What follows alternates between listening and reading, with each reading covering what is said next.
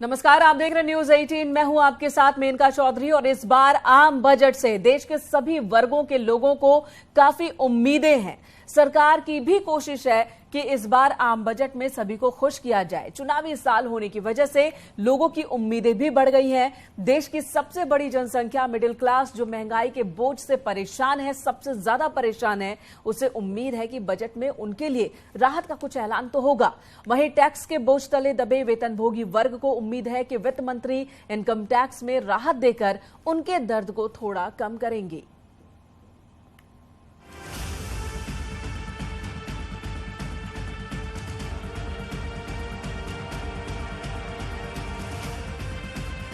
सबसे पहले देशवासी उसी भावना को आगे बढ़ाते हुए ये बजट सत्र में भी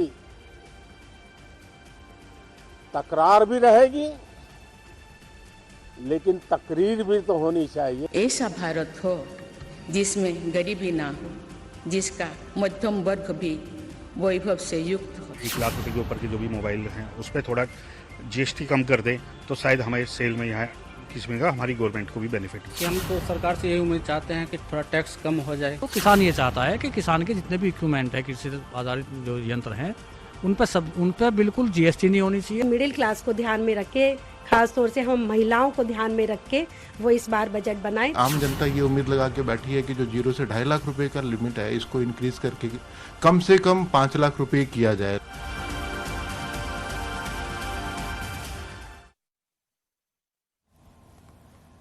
आधी आबादी को पूरी राहत का बजट चाहिए, चाहे घरेलू गैस सिलेंडर हो, आटे दाल की कीमत हो या फिर सुरक्षा की बात हो।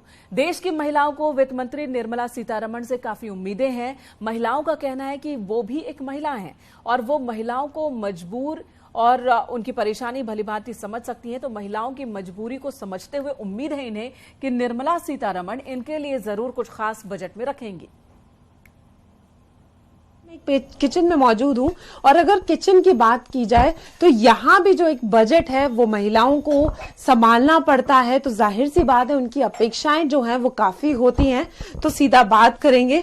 तो सबसे पहले मैं आपसे समझना चाहूंगी कि बजट को लेकर आपकी क्या एक्सपेक्टेशन है। जैसे मैंने कहा कि किचन से ही होकर जाता है, अगर चीजें महंगी होती हैं तो प्लेट पर असर पड़ता है, उसी तरीके से बाकी खर्चों में कटौती करनी पड़ती है। तो क्या मन में लेकर चल रही हैं कि क्या कुछ ध्यान में रखना चाहिए इस बार? देखिए, मेरा तो कहना ये है, मैं सीतारमण जी जो खुद एक महिला है, मैं उनसे कहना चाहती हूँ कि वो इस बार हमारे किचन को ध्यान में रखें। जैसे कि हमारा सिलेंडर, ग्रोसरी की आइटम्स, इन सब पे थोड़ा ध्यान दें, तो ताकि हमारा बजट इधर उधर ना हो। पेट्रोल डीजल, क्योंकि क्या होता है, पेट्रोल डीजल के रेट ज्यादा होते हैं तो नेचुरली सब इसका असर हर चीज पे पड़ता है। तो मैं उनसे यही बोलना चाहती हूँ कि मिडिल क्लास को ध्यान में रख के, खास तौर से हम महिलाओं को ध्यान में रख के वो इस बार बजट बनाए, ताकि हम लोगों के भी इस ऊपर इसका कुछ अच्छा असर पड़े। बिल्कुल बचत नहीं हो पाती है क्योंकि महंगाई चरम पर है। मैं आपसे समझना चाहूंगी कि आप क्या सोचती हैं कि बजट जो है वो कितना रिलैक्सेशन जो है महिलाओं के लिए या मध्यम वर्ग के लिए होना चाहिए? देखिए, रिलैक्सेशन तो ज़रूर मिलना चाहिए, क्योंकि जब भी अब हर साल बजट पास होता है उस हिसाब से यहाँ पे मतलब हमें किसी भी चीज़ में रिलैक्सेशन ऐसे नहीं मिलता है कि किसी चीज़ के दाम घट गए हों। हमेशा बढ़कर ही आते हैं, चाहे वो थोड़ा बड़ा हो या ज़्यादा बड़ा हो। तो जैसे बेसिक नेसेसिटीज़ हैं हम लोगों की, आटा, दाल, चावल, सब पे ही, शुगर, इवन शुगर, जो इतनी बेसिक नेसेसिटीज़ हैं, आप देखेंगे अगर आप ईयर टू ईयर उठा के देखें कुछ भी बजट का जो है, हमेशा वो राइज ही होता जा रहा है। तो जो खर्चे इतने बढ़ रहे हैं और मतलब कमाइयां आप कोरोना के बाद आप देख रहे हैं इतनी नहीं है, तो हम यही चाह रहे हैं कि इस बार जो बजट पास हो उसमें वो हमें रिलैक्सेशन मिले। एटलीस्ट मीडिया जो हम मध्य वर्ग के लोग हैं उन्हें रिलैक्सेशन मिले। हमारा जो किचन में आने का पर्पस यही था, क्योंकि जैसा हम सुन रहे थे कि आजकल जो बेसिक चीजें हैं वो इतनी ज्यादा महंगी हो गई हैं कि लोग जो हैं वो बचत नहीं कर पा रहे हैं। और साफ तौर पर महिलाएं ये कह रही हैं कि अब वक्त आ चला है कि थोड़ी जो महंगाई है वो कम हो, और उनकी अपेक्षाएं जो हैं वो यही हैं कि जो इस बार बजट आए उसमें कुछ ना कुछ जो है उनको राहत मिले। तो कैमरामैन संजीव के साथ फराह खान, न्यूज 18 दिल्ली। तो महिलाओं को कहना है कि महंगाई ने घर के बजट को बिगाड़ दिया है, तो उम्मीद है कि निर्मला सीतारमण आम बजट में उनका ख्याल रखेंगी। उत्तर प्रदेश के युवा क्या चाहते हैं? यूथ भी बजट में रोजगार के अवसर ढूंढ रहे हैं। युवाओं का कहना है कि कोरोना काल के बाद से कई लोगों के रोजगार छिन गए और इससे आर्थिक स्थिति डगमगा गई है और ऐसे में बजट में रोजगार बढ़ाने के प्रावधान होने चाहिए। जब 2024 इलेक्शंस के पहले ये बजट आ रहा है तो एक्सपेक्टेशंस और भी ज़्यादा बढ़ जाती हैं। हम इस वक्त लखनऊ विश्वविद्यालय में हैं, जहां पर हमारे साथ कुछ युवा मौजूद हैं। इनसे जानेंगे कि इनकी क्या एक्सपेक्टेशन है इस बार के बजट से। क्या नाम है आपका और आपको क्या लगता है कि क्योंकि ये एक इम्पॉर्टेंट बजट होने वाला है तो आपकी क्या उम्मीदें हैं? मेरा नाम श्वेतांक है। जैसे कि 2024 के इलेक्शन भी आने वाले हो, बजट आने वाला है, तो उन्होंने 5 लाख तक की जो इनकम है वो आपके टैक्स के नीचे रखे, आपको टैक्स नहीं देना पड़ेगा। लेकिन मैं इस जो बजट आ रहा है उससे ये एक्सपेक्टेशन कर रहा हूँ कि जो गर्ल्स पावर है, आपका एजुकेशन है और जो किसान सेक्टर है, अगर आप इस पर ज़्यादा वर्क करेंगे तो कहीं ना कहीं आपको 2024 में सरकार को मदद करेगा। मेरा जो मैं एक्सपेक्टेशन रख रहा हूँ कि यूनिवर्सिटीज़ और कॉलेजेस में अगर उनका बजट बढ़ा देंगे वो, तो स्टूडेंट्स जो आने वाला भविष्य है तो वो उनके लिए भी अच्छा होगा और हमारे लिए भी अच्छा होगा। यूनिवर्सिटीज़ और कॉलेजेस में बजट बढ़ाने की बात कर रहे हैं, आपको क्या लगता है कि यूथ के लिए क्या ज़रूरी है? मैम, यूथ के लिए बजट होना चाहिए। अभी जो जैसे बेरोजगार यूथ है तो उसको कुछ ना कुछ छूट मिलनी चाहिए। भाई कोई स्टार्टअप शुरू करना चाह रहा है तो उसको कुछ छूट देनी चाहिए। और दूसरी बात, किसानों को मुद्दे को लेकर किसान को सरकार को देखना चाहिए। उनके गन्ने के रेट अभी हाल ही में उतने ही हैं जो कि बढ़ने चाहिए। सरकार को ऐसा बजट देना चाहिए जिससे किसान की आय बढ़े। इस बजट से हम उम्मीद करते हैं कि जो आने वाला जो बजट 31 जनवरी से आ रहा है बाद का बजट, उसमें चाहते हैं कि युवाओं के लिए कुछ अच्छा सा प्रस्ताव लाएं मोदी जी। सरकार निर्मला सीतारमण से यही उम्मीद करते हैं कि मतलब जो बजट बने वो युवाओं को मद्देनजर ध्यान को रख के जो युवाओं का बजट है उसकी स्थिति को बढ़ाया जाए, क्योंकि इस समय देश में बेरोजगारी एकदम चरम पर है। तो हम चाहते हैं कि रोजगार के नव अवसरों के लिए कुछ पैसा सरकारी तरफ से खर्च किया जाए। ज़्यादा कुछ ऐसी हम उम्मीदें एज यूथ हमारी कुछ हाई एक्सपेक्टेशंस होती नहीं है। हमारी बहुत ही बेसिक एक्सपेक्टेशंस है, जैसे कि बहुत बेसिक अमेनिटीज़ पे इतना ज़्यादा अमाउंट ऑफ टैक्सेशन है। फॉर एग्जांपल जैसे कि फीमेल्स की एक बेसिक अमेनिटी होती है सैनिटरी इश्यूज, उस पर इतना ज़्यादा टैक्सेशन है कि अच्छी क्वालिटी का प्रोडक्ट कोई मिडिल क्लास इंसान खरीदने के पहले 40 बार सोचता है कि ये एक तो इतना एक्सपेंसिव हो गया, और इवन इफ उसका एक्सपेंस ज़्यादा है, उसका प्रोडक्शन कॉस्ट ज़्यादा है, तो उसके एक्सपेंसेस का भार मिडिल क्लास क्यों उठाए। कुछ युवा हैं जिनका कहना है कि 2024 के पहले का ये बजट बेहद अहम होने वाला है, खास करके युवाओं के लिए जिनको रोजगार की तलाश है, और उनका कहना ये भी है कि मिडिल क्लास फैमिलीज को थोड़ा सा राहत भी सरकार की तरफ से मिलनी चाहिए। कैमरा पर्सन गोपी गिरी के साथ नीतिका दीक्षित, न्यूज़ 18 लखनऊ। और आम जनता के लिए बजट पेश होने से पहले बाजार इस बात को लेकर गर्म होने लगता है कि आखिर इस बार बजट में क्या सस्ता और क्या महंगा होगा। इस पर मोबाइल फोन दुकानदारों का क्या कहना है, वो रिपोर्ट भी हम आपको दिखाते हैं। मोबाइल फोन का बिजनेस है। मैं गवर्नमेंट से एक ही रिक्वेस्ट करता हूं कि हमारे जो एसेसरीज है या मोबाइल फोन है, इनमें से 18% जीएसटी लगता है। 18% जीएसटी की वजह से जो हमारे लाख रुपए से ऊपर के मोबाइल हैं, एक मोबाइल में 20,000 25,000 रुपये तक टैक्स पहुंच जाता है। यहाँ पे जिसमें दिल्ली की बात करूँ तो 90% लोग जो हैं दुबई वगैरह सब अपना घूमने फिरने वो जाते ही हैं, और वो 20,000 25,000 रुपये का अंदर देख के वो जो है सारी शॉपिंग वगैरह भी सब बाहर से ही होती है। तो इस पर अगर वो थोड़ा ध्यान दे, थोड़ा इनसे 1 लाख रुपए के ऊपर के जो भी मोबाइल हैं उस पर थोड़ा जीएसटी कम कर दे तो शायद हमें सेल में यहाँ किस्म का हमारी गवर्नमेंट को भी बेनिफिट मिलेगा। सरकार से उम्मीद यही है कि जो हाई रेंज की जो कंपनियां हैं जो जीएसटी लागू कर रखी है, जो हाई रेंज मॉडल्स होते हैं उन पर जीएसटी कस्टमर देना पसंद नहीं करता। वो कहता है कि नहीं, हमें इतनी जीएसटी पे नहीं करनी, क्योंकि इसी चक्कर में वो फॉरेन से मंगाते हैं डिवाइसेस अपने, उनको बहुत सस्ते पड़ जाते हैं। एज पर इंडिया के अकॉर्डिंग उनको 20 से 40,000 रुपए का फायदा मिल जाता है, तो ये भी फर्क पड़ जाता है सेल्स पर हमारी। बजट सर ऐसा होना चाहिए जो कि हमारे लिए बेनिफिट हो, जो कि हम जैसे सेल आउट वगैरह में हमें को थोड़ा छूट मिले, जिससे कि हम अपनी सेल को ग्रोथ में ला सकें। जैसे ऑनलाइन का आप देखते हो तो वहाँ पे बहुत सारी स्कीम होती हैं, कार्ड के अलग अलग ऑफर होते हैं, प्लस उनका खुद का डिस्काउंट होता है, तो हम उस चीज़ को मैच नहीं कर पाते हैं।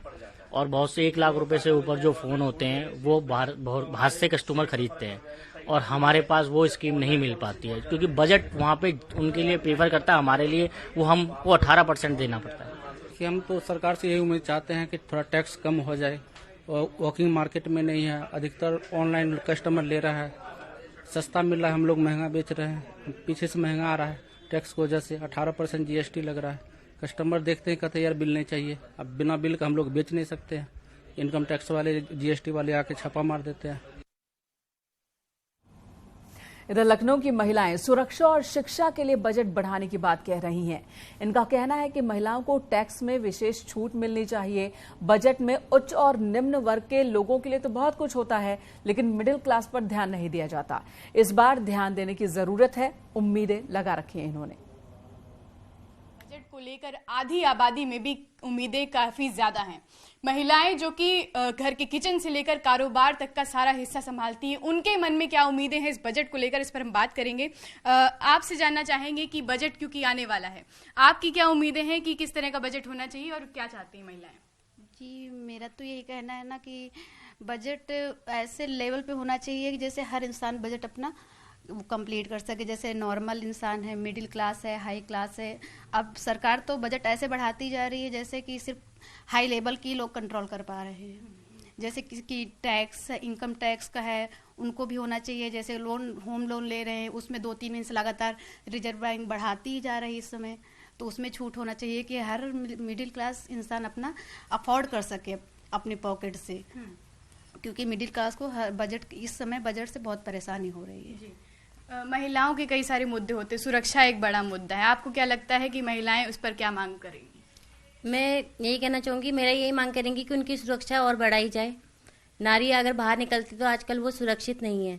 उसकी सुरक्षा के लिए सरकार को और भी कड़े नियम बनाने चाहिए और उसकी सुरक्षा के लिए मतलब ध्यान देना चाहिए, ताकि नारी फ्री होके घर से बाहर निकल सके। क्योंकि घर से निकलने के लिए उसे सोचना पड़ता है कि मतलब अगर ज़्यादा रात हो जाए तो वो सेफ़ नहीं है।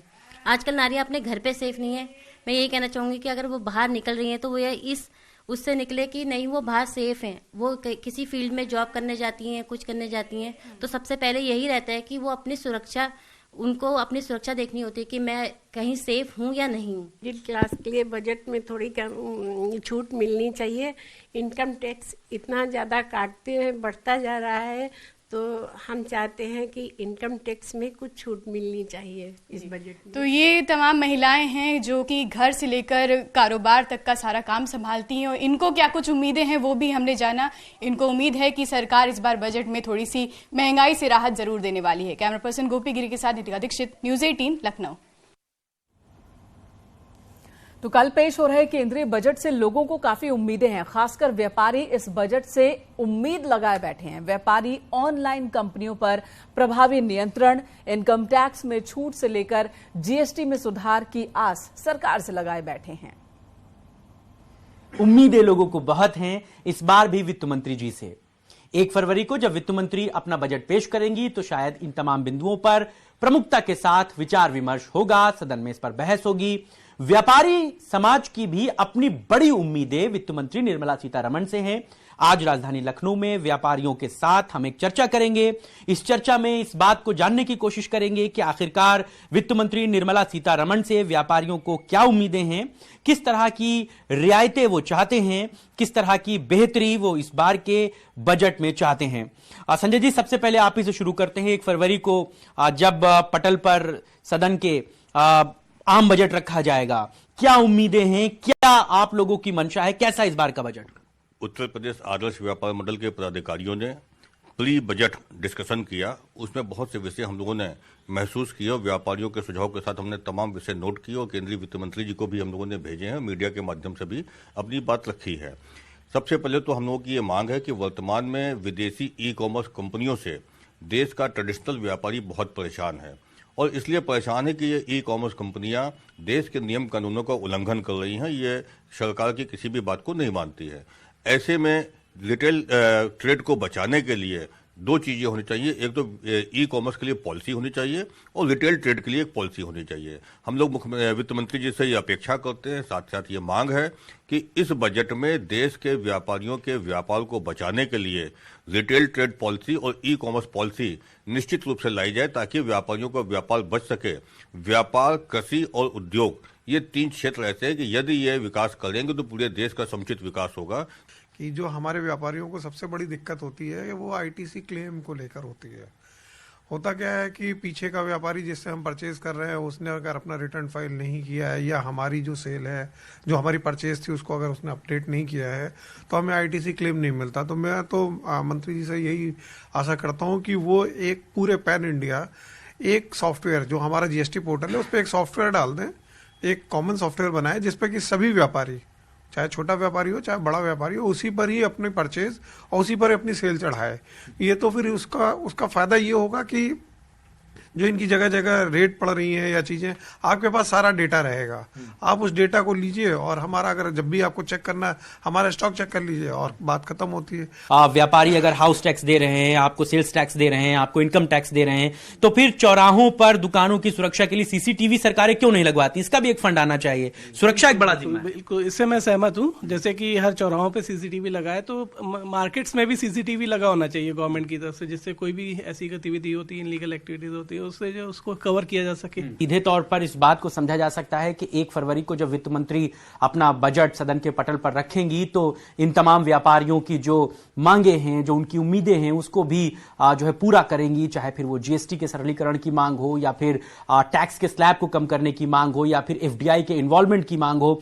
व्यापारियों की भी समस्याएं आम लोगों की ही समस्याएं हैं, क्योंकि आम घरों के लोग ही व्यापार करते हैं और ये सीधे हमसे आपसे जुड़ता है। लिहाजा इन व्यापारियों की मांग को वित्त मंत्री निर्मला सीतारमण जी को गंभीरता से सोचना चाहिए और उसके बाद इनकी मांगों के हिसाब से ही बजट को बनाना चाहिए। कैमरा पर्सन अनिल के साथ मोहम्मद शबाब, न्यूज़ 18 लखनऊ। न्यूज़ 18 की टीम औद्योगिक नगरी कानपुर में है।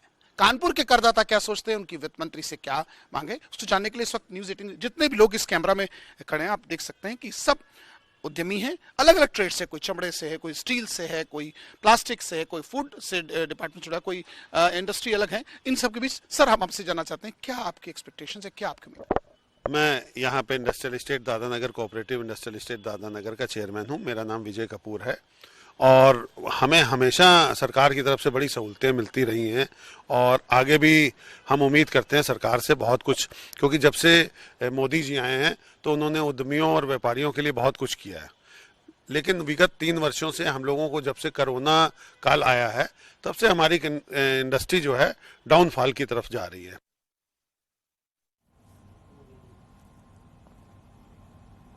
यहां रुकेंगे ब्रेक के लिए। ब्रेक के बाद देखिए यूपी यूके एक्सप्रेस। और आपको बता दें कि कल सुबह 7 बजे से बजट पर लगातार आपको हर एक जानकारी न्यूज़ 18 पर मिलेगी।